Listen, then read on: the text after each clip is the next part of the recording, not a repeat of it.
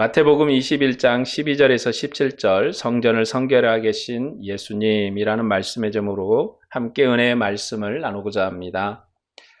한 해가 이렇게 또 이제 11월, 12월 남은 그 기간을 생각해 보니까 참 시간이 빠른 것 같죠.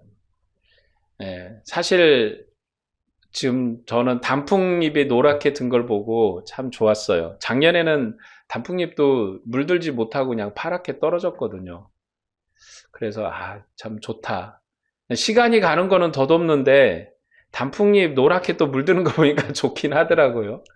시간이 가는 게 아깝기도 하고 또 단풍잎이 물들어서 좋기도 하고 또 생각해 보면 작년 이맘때 제가 개인적으로 무척 바쁘기도 하고 힘들기도 하고 또 시간적으로 또 병원도 여러 번 쫓아다니는 일을 여러 번 했던 것 같은데 금방 시간이 지나서 또 1년이 됐더라고요. 아무쪼록 우리가 시간은 덧없이 또 빨리빨리 흘러가는데 한순간순간 정말 최선을 다해서 또 열심을 다해서 살았으면 좋겠다라는 마음이 들기도 합니다. 자, 오늘 내용은 예수님께서 예루살렘에 입성하시는 그 과정을 이미 이제 앞에서 호산나 다윗의 자손이여 찬송하는 그 내용에 이어서 입성하신 다음에 처음 하신 일에 대한 얘기인데 그 하신 일이 뭐냐면 성전 안에서 매매하는 사람들을 다 쫓아내셨어요. 그건 뭐냐면 성전을 성결하게, 정결하게 하신 사건이거든요. 그러니까 예수님께서 마태복음에 보면 예수님께서 성전에 들어가셔서 처음 하신 일이 뭔가? 예루살렘에 들어가셔서 처음 하신 일은 성전을 정결하게 하신 일이었다라는 것입니다. 먼저 본문 12절에서 13절 말씀을 다시 한번 읽어드리겠습니다. 예수께서 성전에 들어가사 성전 안에서 매매하는 모든 사람들을 내쫓으시며 돈 바꾸는 사람들의 상과 비둘기 파는 사람들의 의자를 둘러 엎으시고 그들에게 이르시되 기록된 바 내 집은 기도하는 집이라 일컬음을 받으리라 하였거늘 너희는 강도의 소굴을 만드는도다 하시니라.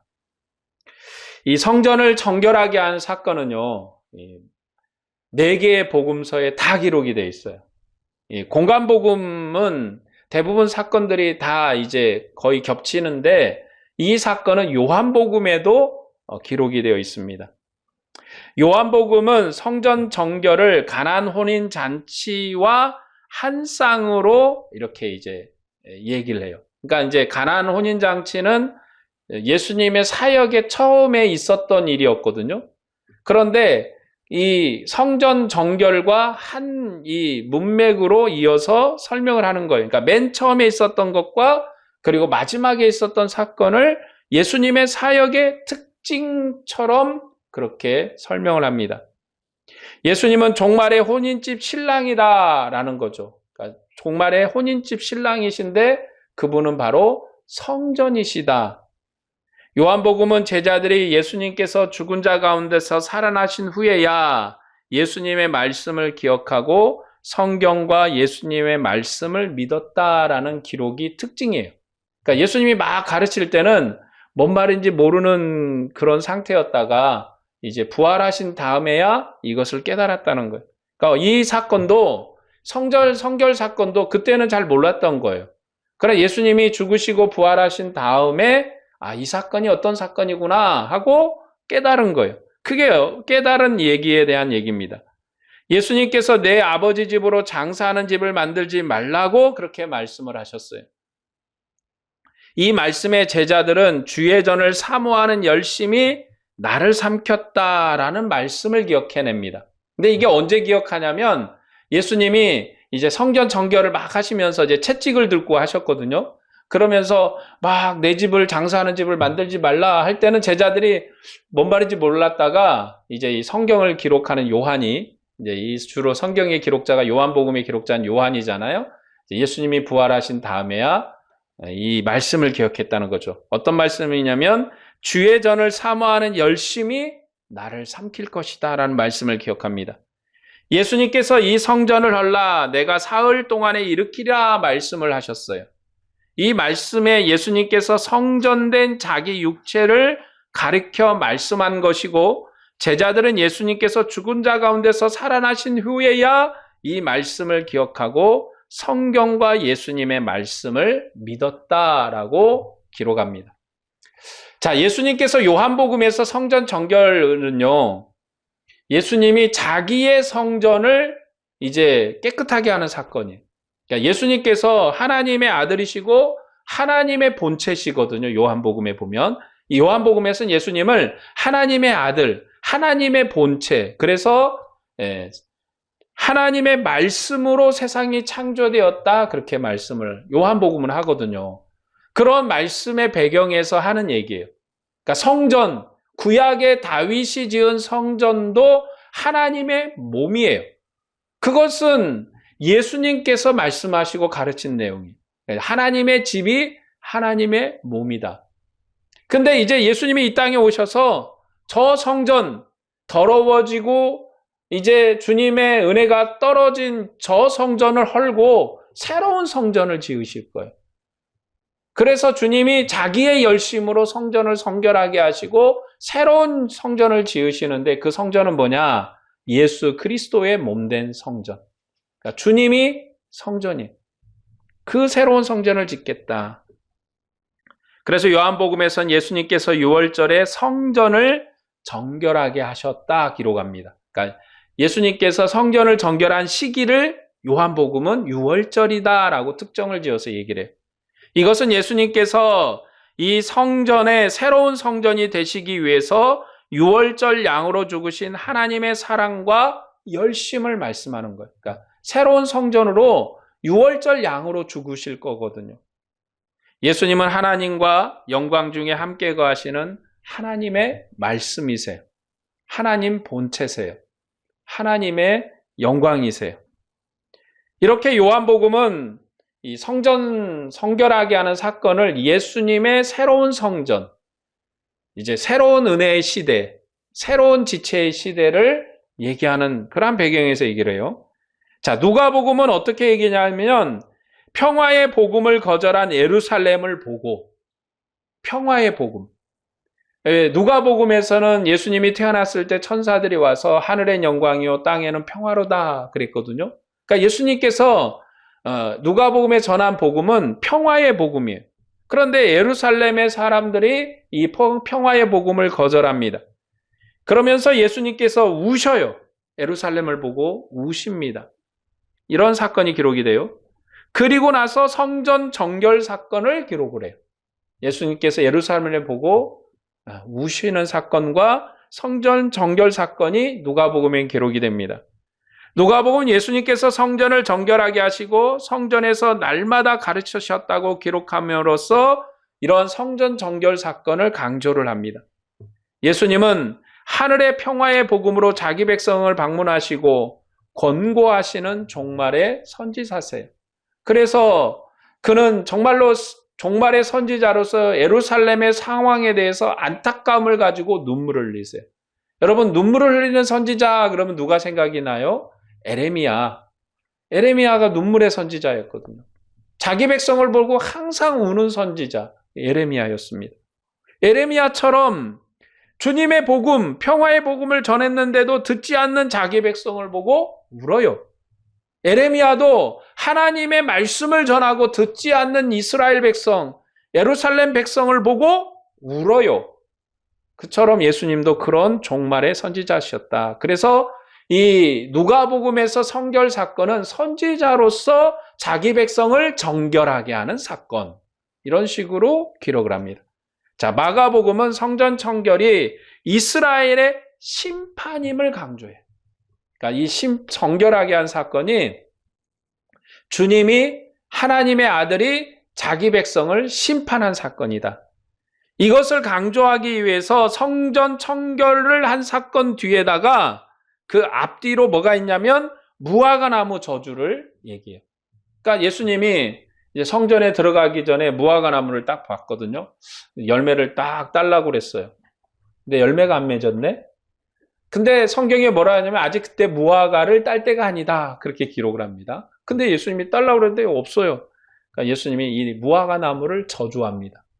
그리고 성전에 들어가서 청결하게 사건하고 나왔더니 이 무화과 나무가 어떻게 됐습니까? 말라서 죽었더라. 예수님이 지금 이 무화과 나무 사건은 무화과에 초점이 맞춰져 있는 게 아니라 성전 정결이에요. 이 주님이 성전을 정결하게 하셨는데 그게 뭐냐? 심판이다. 이스라엘 향한 심판이다. 무화과 나무를 저주했더니 무화나무가 죽어버렸어요. 주님이 성전을 향해서 이제 정결한 역사를 일으켰는데 그거는 이스라엘을 향한 심판 사건이에요. 예수님의 성전 방문과 정결 사건은 열매 맺지 못한 이스라엘에 대한 심판에 관한 말씀인 것이에요. 예수님께서는 예루살렘으로 들어가 성전을 돌아보신 후 열매 없는 무화과를 저주하시고 성전을 정결하게 하셔서 열매 없는 이스라엘에 대한 심판을 확증한 거예요. 이제 너희는 심판이다. 권세 있는 하나님의 아들은 제자들의 믿음으로 그 권세에 봉사하는 군병들이거든요. 이스라엘 백성들은. 그런데 열매가 없으니까 심판하셨다. 자, 그럼 마태복음은 여리고 출발과 예루살렘 입성과 성전 청결을 순차적으로 기록을 합니다. 여리고를 출발하고 예루살렘에 입성하고 성전을 정결하게 할 사건을 이제 순서대로 얘기해요. 이 이야기 외에 더 하는 얘기가 없어요. 마태복음에 무화과 사건도 없고요. 예수님께서 예루살렘을 보면서 울었다는 사건도 없고요. 그 내용이 싹 빠져 있어요. 항상 얘기 드리지만 복음서마다 어디는 있고 어디는 없고 하는 게 그게 틀림이 아니라 강조점이에요. 어떤 걸 강조하려고 하는가. 그러니까 마태복음이 강조하려는 게 있다 보니까 그 이야기를 굳이 할 필요가 없어. 안 하는 거예요. 그래서 마가복음처럼 성전 순시나 무화과 나무 저주나 이런 거 없어요. 그리고 누가복음처럼 예루살렘 성을 보고 우셨다는 사건도 없어요.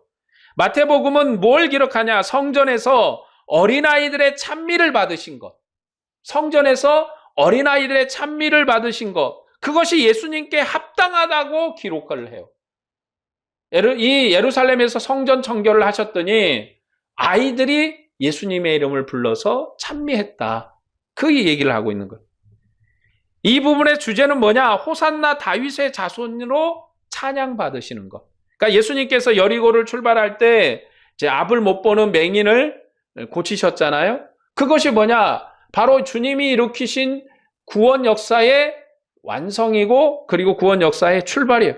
그리고 이제 그런 영광을 가지시고 예루살렘에 왔더니 사람들이 호산나 찬송하면서 다윗의 자손이여 영접을 해요. 그리고 성전을 정결하게 했더니 결과가 어떻게 됐느냐? 호산나 다윗의 자손이라고 찬양을 받으셨다. 그는 이스라엘의 왕이시요 이스라엘의 권세자이시면서 하나님의 아들로서 자기 백성을 성결하게 하신 분으로 찬양을 받으시는 분이에요. 예수님은 자기 백성의 연약함을 담당하시고 치료하시는 인자세요. 예수님은 하늘과 땅의 모든 권세로 만국을 통치하는 하나님의 아들이세요. 그러니까 찬양을 받으시는 거예요. 찬양 받으시는 주님. 그러니까 이 마태복음의 예루살렘 입성의 모습은요. 권세와 능력을 행하시는 주님이 그 나라의 왕으로 하늘 권세의 왕으로 찬양받으셨다. 여기 핵심이에요. 그러니까 마가복음처럼 심판이 핵심이 아니고 찬양받으심이 핵심입니다. 누가복음처럼 선한 목자로서 눈물을 흘리는 선지자가 아니라 왕으로서 경배받으시는 분이에요.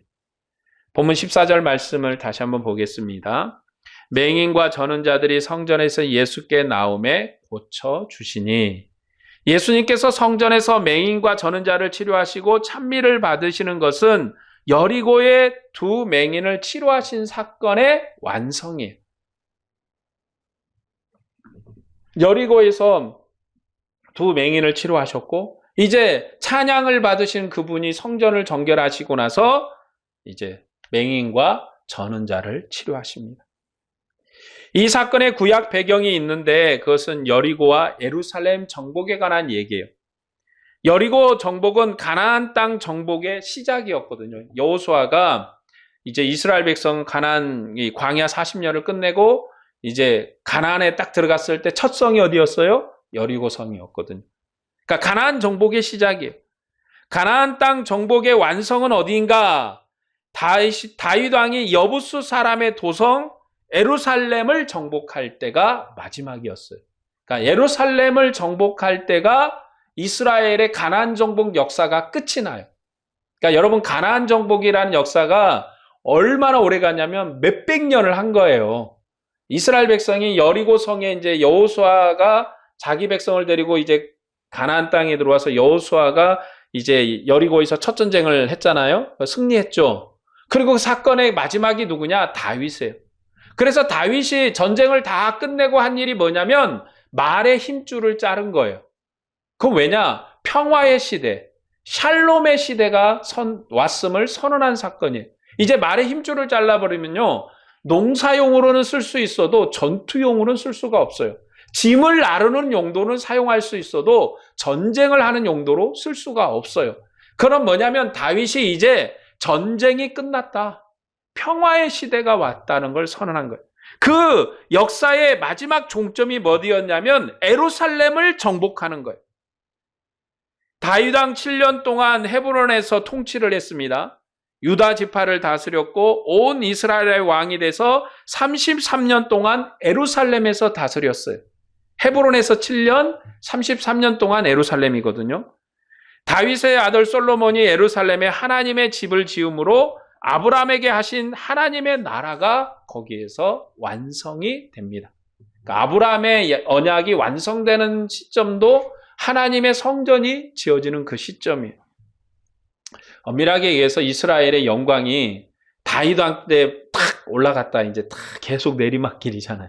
쭉 내리막길. 내리막길. 뭐 다윗 이후에 솔로몬이 죽고 나서는 나라가 분열되고 계속 내리막길이에요. 영광이 그 전만 다윗 시대만 못했거든요. 그러니까 다윗이란 인물이 얼마나 이스라엘에서 중요한 인물이고 영광스러운 인물인지 몰라. 이스라엘 역사 가운데 가장 찬란한 역사의 정점에 있는 왕이 다윗 왕입니다. 왜 하나님이 다윗에게 영광을 주셨을까? 왜 하나님이 다윗을 들어 쓰셨을까? 가나안 정복의 역사를 마친 왕, 완성하는 왕. 그래서 다윗은 전쟁하는 왕이에요. 이런 다윗이 예루살렘을 이제 점령하는데 난공불락의 산성이었어요. 사실 예루살렘은. 여부수 사람들이 그곳에서 살았는데 다윗 왕과 그 군대를 보고 조롱을 합니다. 뭐라고 조롱하냐면 너희는 이곳에 들어오지 못한다. 다리 저는 자와 맹인도 너희를 이길 수 있다. 자, 여부수 사람이 뭐라고 했냐면 야, 전쟁을 하는데 너희는 아무것도 이게 얼마나 큰 성이고 얼마나 난공불락의 산성인 줄 아냐? 우리 중에 다리 저는 사람과 앞을 못 보는 사람도 전쟁을 하면 이곳에서 이기는 거야. 그러니까 어마어마하게 정말 난공불락의 산성이었던 거죠. 이것은 이미 역사가 증명한 사실이었어요. 예루살렘을 정복하는 게 쉽지 않다는 거는 역사가 증명한 거거든요. 그러니까 여부수 사람들이 거기에 터전을 잡고 살면서 정말 다윗과 전쟁할 때 그렇게 조롱을 한 거예요. 그래서 다윗 왕이 예루살렘을 공격할 때 다리 저는 자와 맹인을 다 죽이라고 명령을 합니다. 다윗이 그걸 정복할 때 다리 저는 자와 맹인을 다 죽여버려요. 왜냐? 너희들이 그렇게 나를 그렇게 우습게 생각했어? 이제 나를 그렇게 욕보였어? 보여주는 본때를 보여준 거죠. 그래서 다윗 왕이 여부수를 점령하고 이제 다윗의 도성을 삼습니다. 이게 여부수가 원래 예루살렘 전에 그 지역명이었어요. 그곳이 바로 예루살렘이죠. 그리고 나서 다윗이 뭐라고 하냐면 이 예루살렘에는 맹인과 저는 자들은 살지 못한다. 그러니까 이스라엘의 오랜 전통이 된 거예요. 맹인과 저는 자는 예루살렘에 거주할 수 없다. 왜 그랬겠어요? 여부수 사람들이 조롱을 했잖아요, 다윗을. 그런데 한편으로 생각해 보면 하나님의 나라가 완성이 된 거예요. 가나안 땅의 모든 족속을 멸하고 연약하고 비천한 자를 그 도성에 거하지 못하게 했습니다. 그것은 뭐냐면 다윗은 예루살렘에 연약하고 비천한 자를 거하지 못하게 함으로써 예루살렘을 거룩하게 한 거예요. 그곳에 하나님의 집이 지어질 거거든요. 하나님의 성전이 지어질 거거든요. 그러니까 예루살렘 자체가 하나님의 성전이에요. 하나님의 도성이에요. 하나님의 집이에요. 이곳에는 저는 자나 앞을 못 보는 자가 들어오지 못하는 거예요. 이것이 다윗이 이룬 하나님의 도성에 대한 정결의식이에요. 정결하게 한 거예요. 다윗이 율법을 따라 하나님의 집을 정결하게 했습니다. 여러분, 하나님의 성전에는요, 전은자, 맹인, 그리고 여러 사람들이 하나님의 성전에 들어갈 수가 없어요. 심지어 양이나 소도 정결하지 못한 건 하나님의 성전에 들어갈 수가 없어요. 그런 게 하나님의 집이거든요.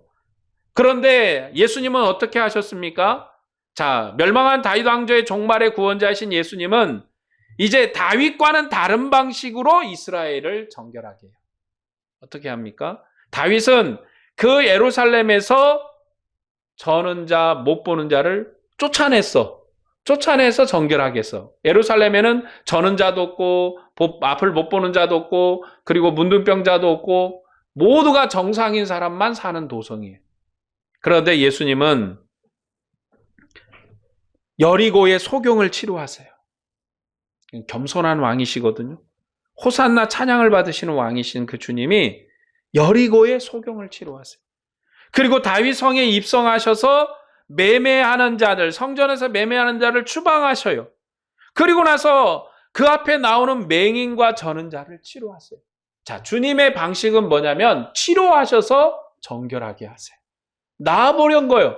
앞을 못 보는 자가 보게 됐으니 정결하게 됐고, 걷지 못하는 자가 걷게 됐으니 정결하게 됐고, 문둥병이 있는 자가 치료돼서 문둥병이 없어졌으니 정결하게 됐고, 주님의 방식은 제거하는 것이 아니라 하나님의 영광으로 포함을 시키는 치료의 방식으로 자기 백성을 성결하게 하십니다. 그게 주님이에요. 오늘 우리에게도 주신 은혜가 바로 그것이에요. 우리가 부족하고 연약하고 아무것도 아닌 우리를 주님이 받으세요. 교회는요, 어떤 사람은 나오고 어떤 사람은 못 나오고 이런 기준이 없잖아요. 돈 있는 사람 나오고 돈 없는 사람 안 나오고, 건강한 사람은 나오고 건강하지 못한 사람은 못 나오고, 이런 기준이 없는 이유가 뭐냐면 예수님은 포함하시는 방식으로 성결하게 하세요. 치료하시는 방식으로 성결하게 하세요. 주님의 나라 백성으로 삼으시는 영광을 주시는데, 죄인이든지 그가 어떤 범죄를 저질렀든지 주 앞에 나와서 호산나 다윗의 자손이여 찬송하면서 그를 찬미하는 자를 거룩하다고 받으십니다. 그게 주님의 영광이에요. 그래서 우리 같은 사람, 나 같은 사람도 연약하고 부족하지만 주님 앞에 나와서 경배하고 주님의 영광에 참여할 수 있는 은혜가 우리에게 있는 것입니다. 이게 우리의 주님 앞에 얻은 은혜예요. 그래서 주님은 어떤 자든지 나오는 자를 정결하게 하시고 구원하시고 하나님의 은혜를 주세요. 왜냐? 종말의 구원자이신 다윗의 후손은 자기 백성의 연약함을 짊어지신 인자이시기 때문에 그래요. 자기 백성의 연약함을 짊어지신 분이에요. 그분에게 나오는 모든 비천한 자를 천국의 생명으로 치료하시고 그들과 함께 거하는 임마누엘의 하나님이세요. 함께 거하시는 하나님. 내가 너와 함께 하겠다, 이런 뜻이 임마누엘이거든요. 하나님이 너희와 함께 하신다 하는 뜻이 임마누엘이에요. 그런데 그 주님이 이제는 여러분의 성전을 여러분의 마음속에다 세우시고 함께 거하세요. 우리와 함께 해서요. 예수님은 강도의 소굴이 된 성전을 정결하게 하시고 성전 맡은 자와 관원들을 심판하시는 주님이십니다.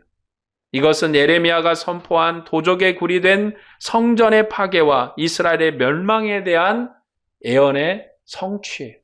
예레미야가 이제 예루살렘을 보면서 예언했던 것이 이제 주님 앞에서 이루어지는 거예요. 다윗의 후손이신 예수님은 종말에 하나님의 집을 세우심으로 자기 백성을 구원하시는 분이거든요. 새 집을 지으시는 분. 여러분, 우리는 이제 이스라엘 백성도 주님의 새 집에 들어와야 돼요. 어떻게 들어와야 됩니까? 예수 그리스도를 믿고 세례를 받음으로 주님의 새 집에 들어와요. 이제 옛집은 무너졌어요. 주님이 말씀하셨습니다. 옛집을 허물었어요. 옛집을 이제 더 이상 쓸모가 없게 된 거예요. 허물어버린 거예요. 이러한 사실을 이사야 56장 7절을 인용해서 말합니다.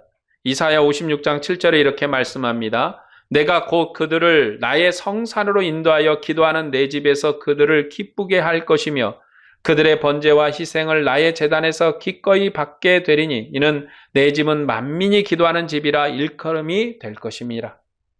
주님의 집이, 그리스도께서 세우시는 집은 어떤 집이냐? 이제 만민이 기도하는 집이다. 여기서 중요한 건 만민이거든요. 율법은요, 만민이 아니에요. 선민이에요, 선민. 율법은 선민이거든요. 선택된 사람. 어떤 사람입니까? 건강한 사람. 대제사장. 여러분, 이스라엘 백성 중에 성전 안에서 봉사할 수 있는 건 제사장밖에 없어요. 선택된 사람들이거든요. 이스라엘 중에서 선지자 역할을 할 수 있는 사람은 하나님이 선택한 사람이었어요. 다윗도 이스라엘의 왕이 됐는데 선택된 사람이에요. 선택된 사람만 하나님의 집에 들어갈 수 있고 하나님의 집에서 봉사할 수 있고 하나님의 집에서 기도할 수 있어요. 그러나 그리스도의 시대는 만민이 기도하는 집이에요. 만민, 누구나 아무나 기도하는 집이에요. 만민을 복종시키는 권세의 복음인 이 주님의 복음은 하나님의 집을 만민이 기도하는 집이라고 말합니다. 구원하시는 다윗 후손 왕은 성전에서 강도질하고 매질하는 자를 쫓아내시고 그에게 나온 맹인과 저는 자를 치료하시고 나서 주님께서 하시는 말씀이 만민이 기도하는 집이다. 만민이 기도하는 집이에요. 그러니까 주님의 영광은 뭐냐? 우리에게 주신 은혜는 뭐냐? 만민이 기도하는 집으로 부름을 받은 것. 주님 앞에 나와서 우리가 주님의 이름을 찬미하고 경배하고 찬양하는 은혜로 세워지는. 그건 뭐냐? 기쁨의 집이라는, 기쁨의 집. 예수님께서 세우신 종말의 하나님의 집은 기도하는 기쁨이 있는 집이에요. 하나님과 교제할 수 있는 집이에요. 근데 그 집이 어디에 세워졌어요? 예배당이 이 집이 교회하는 집이 아니라 여러분의 마음에 세워진 그 성전이 여러분의 기도하는 집이에요. 주님이 여러분의 안에, 그래서 주님이 우리에게 말씀하잖아요. 네가 내 안에, 내가 네 안에 있을 때 무엇이든지 구하라. 내가 네 안에, 네가 내 안에 있을 때 무엇이든지 구하라. 이 역사가 어디서 이루어집니까? 오순절 성령의 임함으로 이루어지는 거예요. 성령이 우리 안에 거하시면서 하나님과 우리 사이에 교통하게 하십니다. 그래서 여러분이 누워서 기도하고, 앉아서 기도하고, 밥 먹으면서 기도하고, 여러분이 걸어가면서 기도할 때도 주님이 듣고 계세요. 응답하십니다. 여러분의 마음에 고통을 하시고 또 우리의 기쁨을 하시고 우리의 고백을 하시는 주님이. 그래서 이 주님이 마태복음에서 예수님의 말씀하시는 이 만민이 기도하는 집이라는 건 뭐냐면 기쁨의 집이에요. 기쁨의 집. 기뻐하는 집이에요. 주님께 기도할 수 있는. 여러분, 이스라엘 백성이 하나님의 얼굴을 뵈려면 예루살렘으로 갔어야 돼요. 여리고에서든지 가나안 땅에서든지 사마리아에서든지 어디든지 하나님의 얼굴을 보려는 이스라엘 백성은 예루살렘의 하나님의 성전에 가야 하나님의 얼굴을 볼 수 있었어요. 그러나 이제 예수 그리스도께서 세우신 집은 만민이 기도하는 집이에요. 옛 성전에서는 배제됐던 맹인이나 저는 자, 어린아이들 같은 사람은 성전에 들어갈 수가 없었어요. 그러나 천국의 생명으로 새로 듣게 된 이 새로운 집은 누구나 들어갈 수 있고 누구나 주님을 영접할 수 있고 누구나 주님과 함께하는 찬미하는 성전, 찬양하는 성전이에요. 기도하는 성전이에요. 기쁨의 성전. 그 성전이 어디에 있습니까? 여러분의 안에, 우리 안에, 내 안에 있습니다. 본문 15에서 17절 말씀을 보겠습니다. 대제사장들과 서기관들이 예수께서 하시는 이상한 일과 또 성전에서 소리질러 호산나 다윗의 자손이여 하는 어린아이들을 보고 노하여 예수께 말하되 그들이 하는 말을 듣느냐. 예수께서 이르시되 그렇다. 어린아이와 젖먹이들의 입에서 나오는 찬미를 온전하게 하셨다 함을 너희가 읽어본 일이 없느냐 하시고 그들을 떠나 성박으로 베다니에 가서 거기서 유하시니라. 예수님의 대적인 대제사장들과 서기관들이 예수님께서 성전에서 맹인과 저는 자를 고치는 이상한 일과 어린아이들이 예수님을 찬미하는 것을 보고 분노했어요. 분노. 예수님을 책망했습니다. 왜 분노했느냐? 율법과 다르기 때문에. 그러니까 모세 율법과 다르기 때문에. 그런데 마태복음에서 예수님은요, 모세 율법에다 새 집을 짓는 분이 아니세요.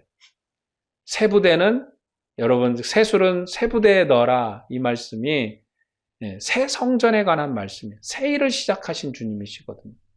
새 부대는 새 일로 시작하는 거예요. 옛 율법에다가 새 집을 지은 것이 아니라 그리스도의 새 율법으로 새 집을 지으신 분이세요. 그렇기 때문에 대제사장들과 대립하는 거예요. 주님은 이전에는 안 그랬거든요. 여러분, 문둥병이를 만지면은, 문둥병 환자를 만지면 부정하게 되는 거예요. 그런데 예수님은 만져요. 그런데 예수님이 부정한 게 아니라 문둥병 환자가 치료됨으로 성결하게 돼버렸네? 율법과 다른 시대가 온 거예요. 그래서 예수님은 시편 8편 2절의 말씀을 인용해서 어린아이들이 자기를 찬미하는 것이 정당하다고 답을 합니다. 시편 8편 2절에 이렇게 말씀합니다. 주의 대적으로 말미암아 어린아이들과 젖먹이들의 입으로 권능을 세우시며 이는 원수들과 보복자들을 잠잠하게 하려 하십니다. 또 이어서 5에서 6절에 이렇게 말씀합니다. 그를 하나님보다 조금 못하게 하시고 영화 종기로 관을 씌우셨나이다. 주의 손으로 만드신 것을 다스리게 하시고 만물을 그의 발 아래 두셨다라고 말씀합니다. 그게 그리스도의 권능. 그래서 이것을 어린아이들이 찬미한 거예요. 정말 구원자이신 예수님은 모든 대적을 이기시고 어린아이들도 그 영광에 참여하게 하여서 찬미하게 하시는 만물을 통치하신 하나님의 아들이시고 인자세요. 이게 마태복음이 표현하는 예수님의 모습이에요. 왜 예수님이 성전에 가서 성결하게 하셨는가? 주님이 새 집을 세우실 분으로 새 성전을 세우실 하늘의 왕이시거든요. 그걸 얘기하는 거예요. 그리고 왜 어린아이들의 찬미를 받으셨는가? 자, 호산나 찬미가 예루살렘에 입성해서 성전을 정결하게 난 다음에 또 호산나 찬미가 있는 거예요. 그래서 주님은 만왕의 왕으로 경배를 받으시는 분이시다. 예수님께서는 매매하는 자들을 성전에 쫓아내시며 성전에서 어린아이들의 찬미를 받으시고 그에게 분노하는 자를 떠나서 성전 밖으로 나가서 베다니에 가서 거기서 체류하십니다. 왜 떠나셨는가? 여러분, 주님의 자비예요. 그것도 떠나신 것도 주님의 자비예요. 주님이 거기에서 분노하시면 하늘의 천군 천사를 부리시는 주님이신데 거기서 분노하면 전쟁이 나는 거죠. 그러나 주님은 인자하시고 자비하신 분이고 긍휼을 베푸십니다. 이게 우리에게 주신 은혜의 말씀입니다. 오늘 말씀을 정리하겠습니다. 예수님께서는 호산나 찬양을 받으시고 예루살렘에 입성하셔서 성전을 정결하게 하셨어요. 성전 정결은 이스라엘을 거룩하게 하는 일입니다.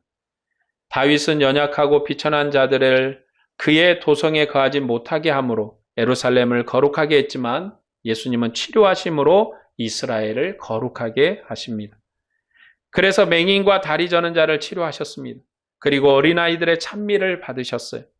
예수님은 성전을 정결하게 하시고 이스라엘을 성결하게 하셔서 새로운 하나님의 도성을 세우시는 분이세요. 하나님의 새로운 도성은 교회예요.